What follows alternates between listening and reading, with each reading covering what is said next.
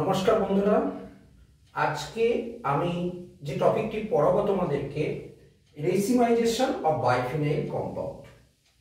দেখো, বাইফিনাইল কম্পাউন্ডের মধ্যে এরকম দুটো ফিনাইল গ্রুপ থাকে।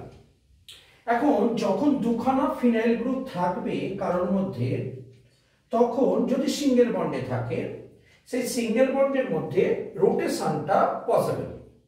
কারণ আমরা জানি সিঙ্গেল বন্ডের মধ্যে দুটো ফিনাইল গ্রুপ ইজিলি ভাবে রোটেট করতে পারে। মনে করো এটা সিঙ্গেল বন্ড, এই সিঙ্গেল বন্ডের মধ্যে এই দুখানা যে হাত রয়েছে, এই দুটো হাত মনে করো বাইফিনাইল রিং।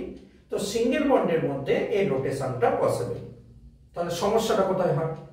সমস্যাটা হয় যদি এদের অর্থ পজিশনে আমরা কোনো লার্জ গ্রুপ রেখে দিই। যদি অর্থ পজিশনে কোনো লার্জ গ্রুপ থাকে, তখন এরা কি করে, রোটেশন করবার সময় মনে করো এই যে সিঙ্গেল বন্ড, এই সিঙ্গেল বন্ডের মধ্যে দুটো ফিনাইল গ্রুপ, যেই এই অর্থ পজিশনে দুটো গ্রুপ, এই দেখো আমি বুড়ো আঙুল দিয়ে আর কড়ে আঙুল দিয়ে রেখেছি, এই যখন লার্জ গ্রুপ থাকবে তখন তাদের মধ্যে রোটেশনের সময় একটা রিপালশন ফোর্স কাজ করে। এই রিপালশনকে আমরা স্টেরিক এফেক্ট বলি। তাহলে যে সিঙ্গেল বন্ডের সঙ্গে দুটো ফিনাইল রিং ইজিলি ভাবে রোটেট করতে পারছিল, যখনই এখানে লার্জ গ্রুপ রেখে দিলাম তখন তাদের মধ্যে একটা রোটেশনে বাধা ফেলো, মানে স্টেরিক এফেক্ট কাজ করলো। তখন এর মধ্যে একটা রেস্ট্রিক্টেড রোটেশন তৈরি হয়।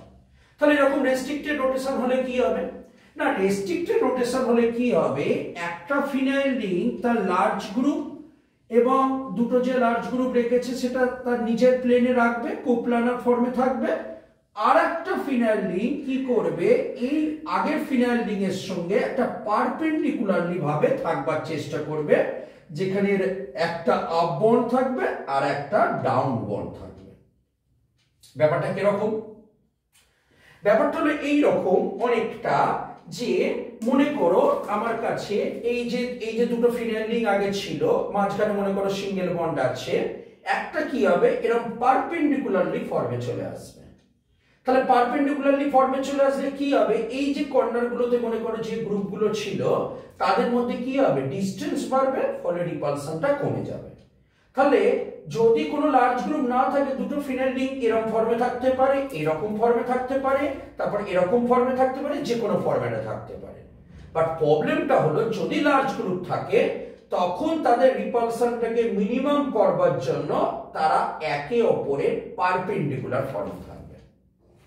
এই পারপেন্ডিকুলার ফর্মে থাকলে তখনই কিনা এই বাইফিনাইল কম্পাউন্ডকে আমরা অপটিক্যালি অ্যাক্টিভ বলবো।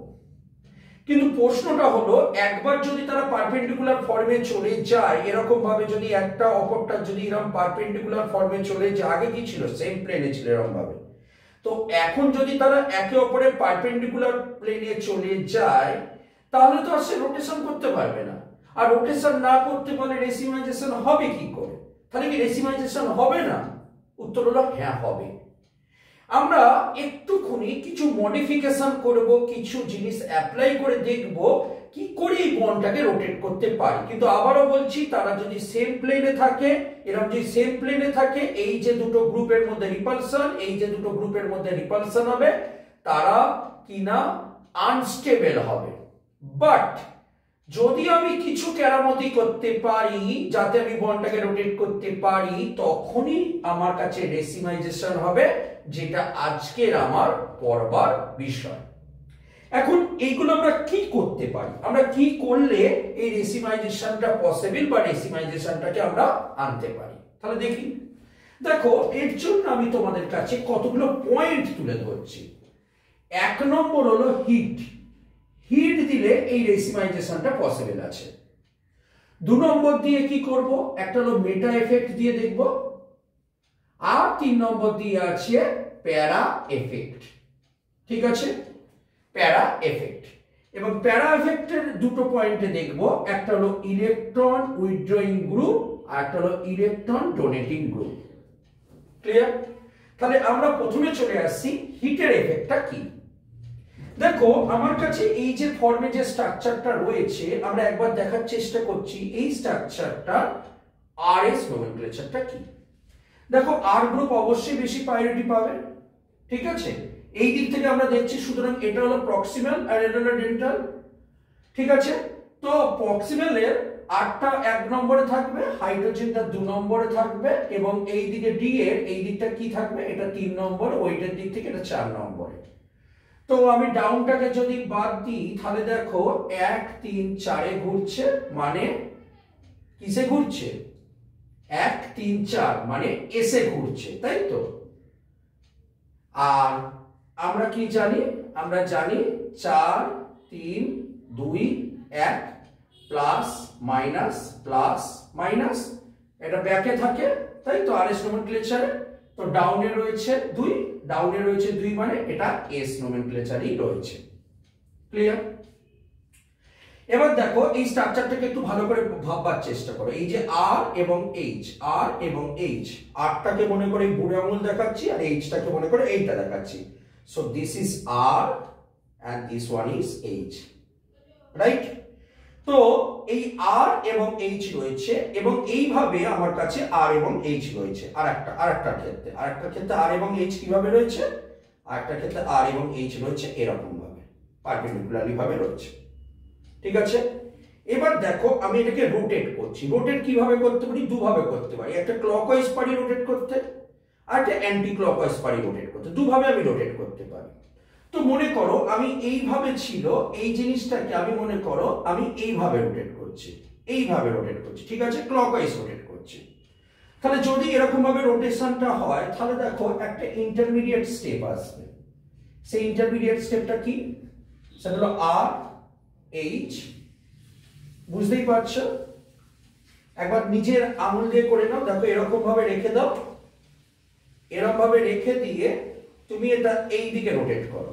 দেখো দুটো বুড়ো আঙুল কাছাকাছি চলে আসছে, ঠিক কিনা? দুটো বুড়ো আঙুল দিয়ে কি দেখাবো বলেছি, আর গ্রুপ। তার মানে দুটো আর গ্রুপ কাছাকাছি চলে আসছে। এইটা একটা তোমার কাছে পসিবিলিটি রয়েছে। আর একটা কিরকম পসিবিলিটি ছিল, এরকম অবস্থায় ছিল পারপেন্ডিকুলারলি ভাবে, আমি রোটেটটা করলাম এরকম ভাবে। ঠিক আছে, তাহলে দেখো বুড়ো আঙুলের কাছে এই কোড়ে আঙুলটা চলে আসছে, তাই তো। তারপরে কোড়ে আঙুলটা কি দিয়ে দেখাচ্ছি, হাইড্রোজেন দিয়ে দেখাচ্ছি। ঠিক, তাহলে আর একটা তোমার কাছে পসিবিলিটি আসছে, সেটা হলো আর, এটা হলো এইচ, আর ইন প্লেনে আসছে তোমার কাছে এইচ এবং হলো আর। ঠিক কিনা? তোমার কাছে দুটো পসিবিলিটি আসছে। এখন দেখো যে কোনো রিঅ্যাকশন হওয়ার জন্য তাকে একটা অ্যাক্টিভেশন এনার্জি ক্রস করে যেতে হয়।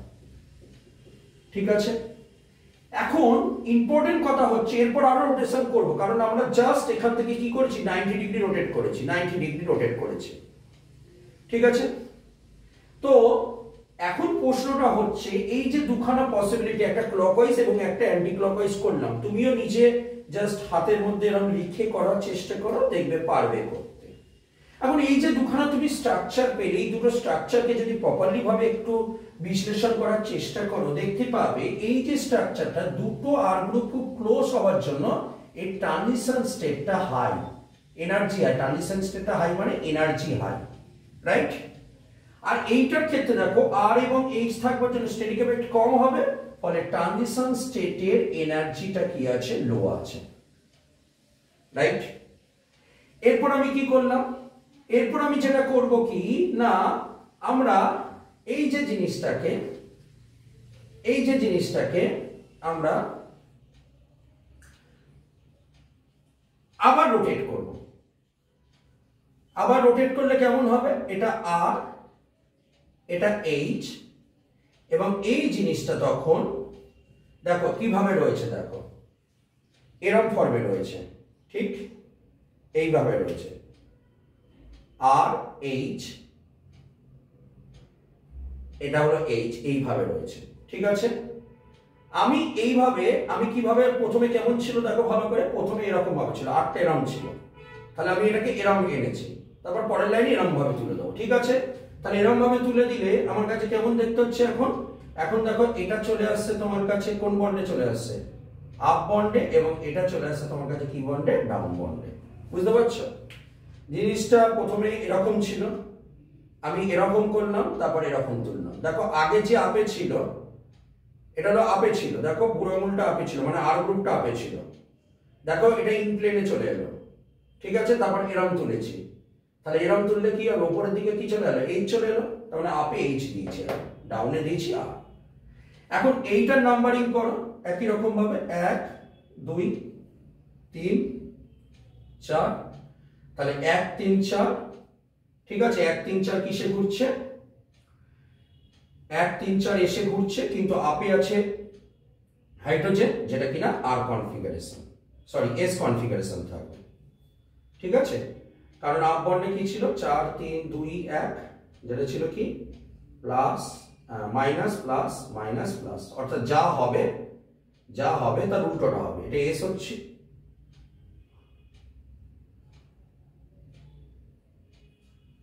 আগেরটা এস হচ্ছিল, ব্যাকে ছিল, দুইতে কি ছিল প্লাস, তার মানে এসটা আগে এস কনফিগারেশন ছিল, হ্যাঁ এটা তার মানে কি হচ্ছে, এটা এস হচ্ছে, এটা আছে মাইনাস, মাইনাস মানে কি হবে, এটা হবে আর কনফিগারেশন, ঠিক।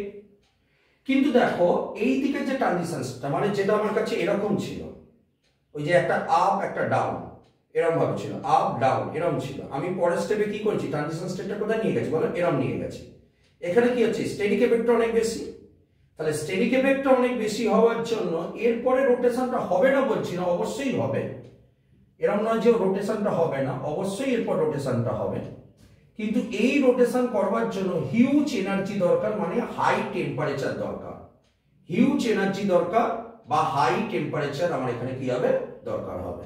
তার মানে এইখানে যদি করি আবার একই জিনিস, এটা আর আসবে ঠিকই, কিন্তু এইটার ক্ষেত্রে এই ট্রানজিশন স্টেটের মধ্যে দিয়ে যেতে গেলে তার এনার্জিটা অনেক বেশি দরকার, এখানের ক্ষেত্রে এনার্জিটা কম দরকার।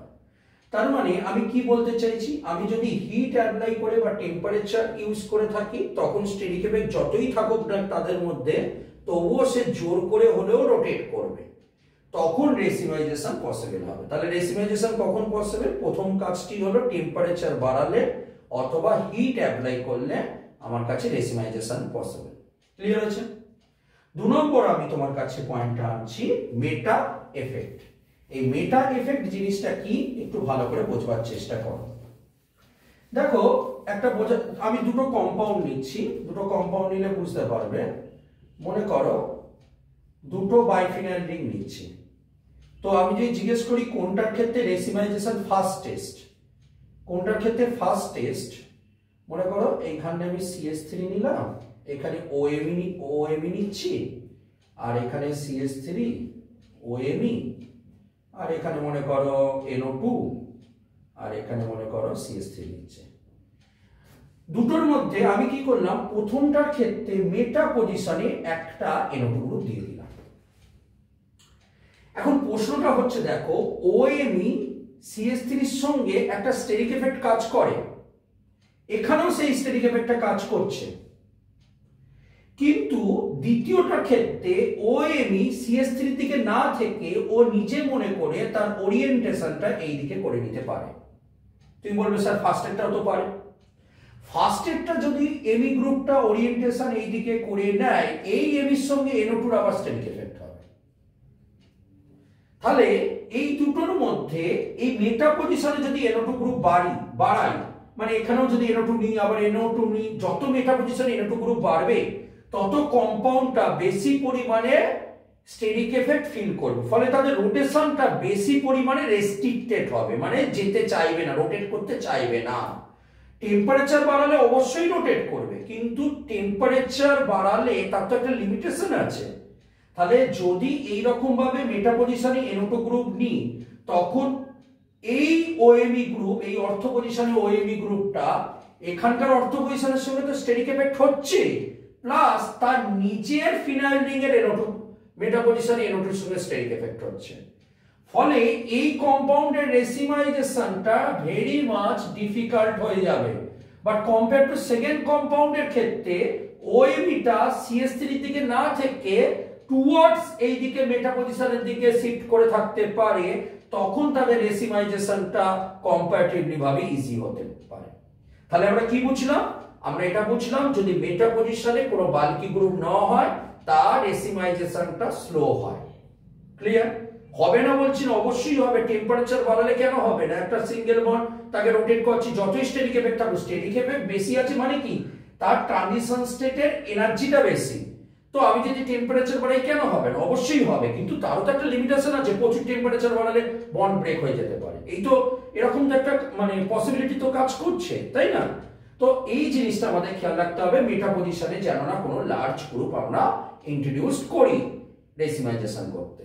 ঠিক আছে, এবার আমরা 3 নম্বর যে পয়েন্টটা পড়বো সেটা হলো প্যারা এফেক্ট। অর্থাৎ প্যারা পজিশনে গ্রুপ থাকলে কি আমাকে রেসিমাইজেশনে হেল্প করে না করে না?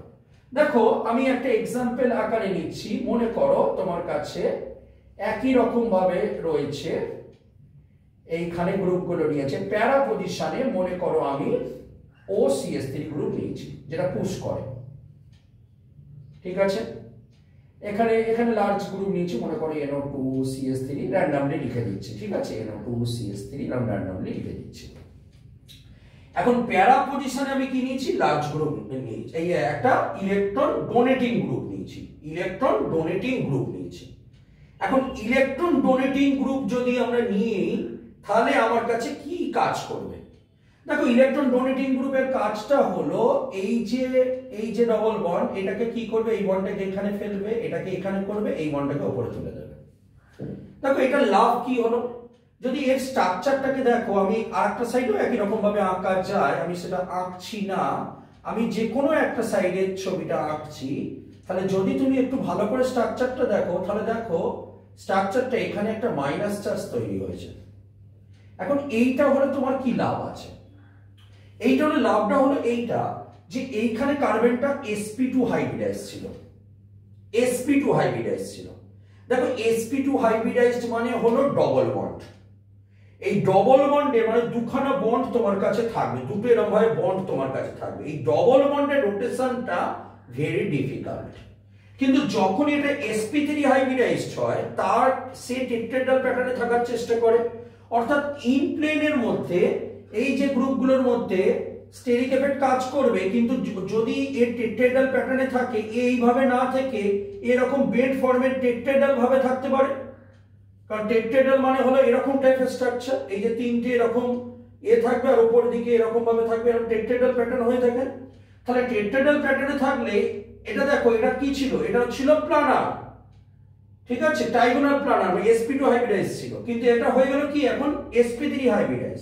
তাহলে sp3 হাইব্রিডাইজ হলে আউট অফ প্লেনে থাকতে পারে, আর আউট অফ প্লেনে থাকলে এই CH3 এর সঙ্গে NO2 এর মধ্যে কি হবে?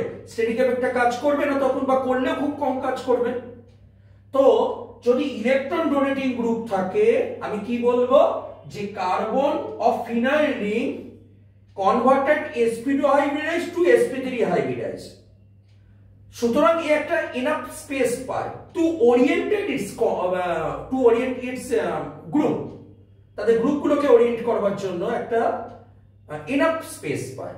সেই এনাফ স্পেসটা থাকবার জন্য আমরা বলতে পারি যে সে তখন রোটেশনটা ইজিলি ভাবে করতে পারবে, বিকজ স্টেরিক এফেক্টটা তাদের মধ্যে খুবই কম পরিমাণে কাজ করবে। তো ইলেকট্রন ডোনেটিং গ্রুপ থাকলে আমার কাছে রেসিমাইজেশনটা খুব ইজি হয়ে যাবে। ঠিক আছে, তাহলে এবার চলে আসি ইলেকট্রন উইথড্রয়িং গ্রুপ থাকলে কি হবে? তাহলে আমি যেগুলোকে মনে করো CH3 নিয়েছি, আমি পরের লাইনে একই কোশ্চেন নিচ্ছি, তাহলে NO2 নিলে কি হবে? এই জায়গাটা যদি আজকে আমার কাছে NO2 থাকতো, এই জায়গাটা যদি আমার কাছে আজকে NO2 থাকতো তাহলে কি হতো? দেখো NO2 থাকলে কি হবে? NO2 থাকলে প্রবলেম আছে। ইলেকট্রন উইথড্রয়িং গ্রুপ থাকলে প্রবলেম আছে। প্রবলেমটা কি? ও কি করবে? পাশের যে ফিনাইল রিং তার ডবল বন্ডটাকে এখানে ফেলবে, এই বন্ডটাকে এখানে ফেলবে, এই বন্ডটাকে এখানে ফেলবে, এই বন্ডটাকে উপরে তুলবে। তাহলে খুব ভালো করে তুমি অবজার্ভ করো, এই যে কার্বন কার্বন বন্ড এইটা কি হচ্ছে? পার্সিয়াল ডবল বন্ড হয়ে যাচ্ছে। পার্সিয়াল ডবল বন্ড হচ্ছে কেন? কারণ রেজোন্যান্সের জন্য, ইলেকট্রন উইথড্রয়িং গ্রুপের জন্য। তাহলে ইলেকট্রন টেনে নেওয়ার জন্য এই যে কার্বন কার্বন বন্ড যেটা পার্সিয়াল ডবল বন্ড হয়ে যাচ্ছে, নিশ্চয়ই তুমি মানবে এই সিঙ্গেল বন্ডকে যেমন আমার কাছে আগে কিরকম ছিল, সিঙ্গেল বন্ড ছিল ইজিলি ভাবে রোটেট করে দিতে পারতাম, এখন ডবল বন্ড হয়ে গেছে। আর ডবল বন্ড হয়ে গেলে তো রোটেশনটা ডিফিকাল্ট, কারণ দুটো বন্ড হচ্ছে, পাই বন্ড বাড়ছে, ফলে ডিফিকাল্ট রোটেশন। তখন কিনা এই রেসিমাইজেশনটা এইটার ক্ষেত্রে হবে না। তো এই হলো মেন পয়েন্ট, যেটা বাইফিনাইল রিংকে লোকে বলবে ওর মধ্যে রেস্ট্রিক্টেড রোটেশন হয় তাই ওর রেসিমাইজেশন হয় না, কিন্তু আমি বলছি যে এর রেসিমাইজেশন পসিবল। বিভিন্ন নরসিংপুরের বই বা স্টিরিওকেমিস্ট্রি বিভিন্ন বইগুলো থেকে তুমি এর স্টাডি করলে তুমি অবজার্ভ করবে, হ্যাঁ এটার মধ্যে রেস্ট্রিক্টেড রোটেশন আছে, ট্রু, কিন্তু তার সঙ্গে এটাও সত্যি যদি আমি টেম্পারেচার বাড়াই ও যতই ট্রানজিশন স্টেট থাকুক না কেন সেই ট্রানজিশন স্টেটটাকে ওভারকাম করে দিতে পারে, যেটা আমি প্রথমে একটা এক্সাম্পল নিয়ে দেখালাম। 2 নম্বর আমি তোমার কাছে কি বলতে পারি, সেটা হলো একটা মেটা এফেক্ট বলতে পারি। মেটা এফেক্ট থাকতে পারে তার মধ্যে, ঠিক আছে। মেটা এফেক্ট থাকলে কি হবে, মেটা পজিশনে গ্রুপ থাকলে তার মধ্যে স্টেরিক এফেক্ট কাজ করবে, রেসিমাইজেশনটা কি হবে, কম হবে। আর প্যারা পজিশনে যদি ইলেকট্রন ডোনেটিং গ্রুপ থাকে বেটার, কিন্তু ইলেকট্রন উইথড্রয়িং গ্রুপ থাকলে কিন্তু রেসিমাইজেশনটা হতে পারবে না। তো এই ছিল বাইফিনাইল রিং এর রেসিমাইজেশন। আশা করব এই ভিডিওটা তোমাদের ইউনিভার্সিটির এক্সামে খুবই হেল্পফুল হবে। ধন্যবাদ।